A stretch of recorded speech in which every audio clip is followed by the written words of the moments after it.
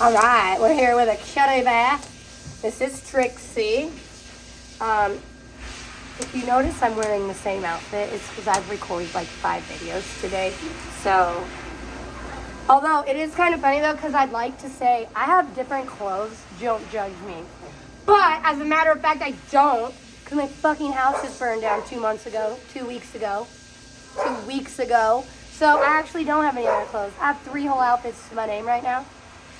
That's all right. We're not here to talk about that, okay? We're here to talk about bathing a cat. Woo! Call me Dr. Seuss. So, this is Trixie. She's a really nice cat. I started her unrestrained because the cat restraints are very important to me. I always use a slip lead in a figure 8 harness. It's going to go completely around the shoulders because I'm never going to put anything around this cat's neck, ever. There's never any restraint around the neck, because she can really hurt herself. A cat will snap its neck. It's so beautiful. So, I'm going to start by looping our slip lead. Now, this is the tricky part. It takes a minute, but when you put it on, you go around the first shoulder right here. Good girl.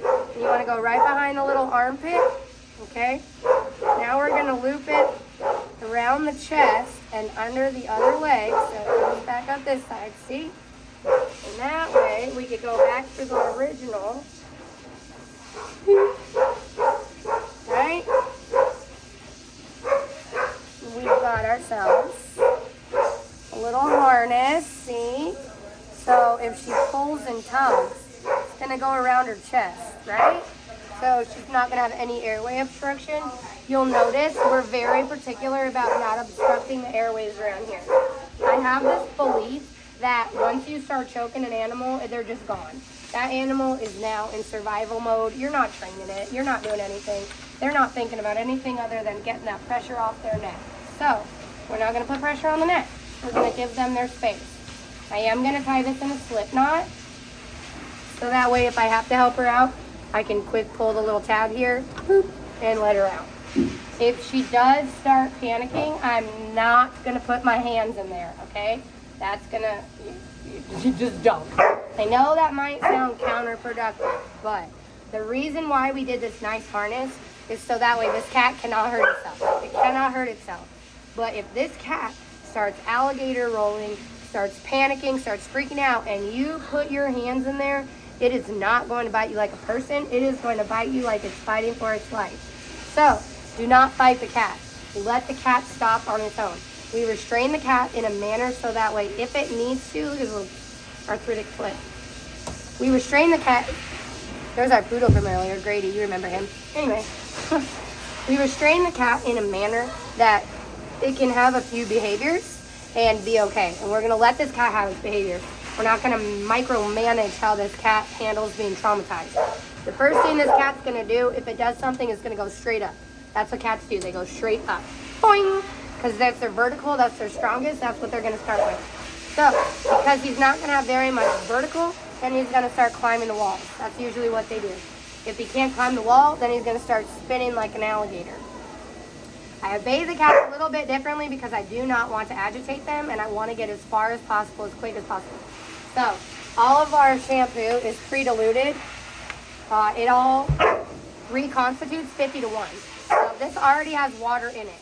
So with my cats and also my really dirty dog, I straight pour the shampoo on without wetting the cat first. This does a couple things. It's beneficial in a few areas. First and foremost, the stronger concentration of the shampoo will help cut through the oil better. And then on the cat, you're not going to have the water on it just yet. They're more tolerant of the water being poured on them like this than out of the hose. So I always start here, and then I can get a good lather. You can also see where your cat's going to go from here. Because if your cat loses its marbles for this, you can guarantee that it's going to keep freaking out for everything else. And then you can adapt. So we're just going to straight pour that shampoo on and lather. We lather these animals. Friction is your friend, okay? You gotta scrub. That's all the way around it. We gotta scrub. Now, you want to be nice to them. You don't want to hurt them, right? We're not digging our fingernails in there. We're not trying to peel our skin off. But we do need the friction. Good girl. Especially the cats. Cats have a nasty scent gland right here on the tail. So we're going to really want to get that tail. Friction, friction, friction. Good girl. Good girl. Yeah, and see, she's nice. She's a nice girl. See, she's so sweet. They come from the behind on the head. Do not pour in the eyeballs. Oops, sorry, I got in your face to get a bubble up. So we'll get it a bubble up and then help her out. Just help her, just help her, just help her. She's got arthritis, so we're going to want to be really delicate with her little legs. So now we've got our whole first bath, right? She's nice and saturated. You use a little bit more shampoo this way, but I'm not really cheap on my shampoo. It's like one of the few products I have to pay for, so it's not something I'm cheap about. I really like Clean Animals. This is Tropiclean Face Wash, Blueberry Facial. Boom. We use this on all of our dogs. I really like it on the cats because it's a degreaser. So I use it all over on my cats every time. And it really just helps break down that extra layer of grease because we can't really get in here that well with a cat. Now this is a really nice cat, so we could really keep washing her for way longer than we need to. She's a nice girl. We're going to come back later and do another one with her getting a haircut. I do fully blow dry the cats too, just like the dogs. So when I groom the cats, they get a bath, they get a blow dry, they get their ears cleaned, they get their nails trimmed, and then if they get a haircut, they get a haircut, they get a bath, they get a brush out. Really making sure. And this is all still on the first lather, you'll notice. All still, so I have not had to hose my cat. This is going to be my first time with the hose. I'm going to turn it on really low. I did take the nozzle off, so it's not going to be as whoosh. That's a technical term, right? It's not going to be as noisy as it might usually be. I'm going to turn my pressure a little lower because it's a cat. And I'm going to start right up on the skin. The less water noise, the better with the cat. Yeah, see? Trick her into it. She don't even know what's going on. Good girl. Don't forget to get under your harness. People forget to move the harness. And this is a really nice cat. Oh, now, excuse me. Hello, Grady. We don't need your help. Thank you. It's going to get me beat up. That wasn't even Grady. That was Hendrix. One of my puppies. He's my poodle baby, the bad dog. Yeah, and we're going to scrub. Lots of friction when you scrub. Get that soap out. You don't need to be here all day. Get that belly.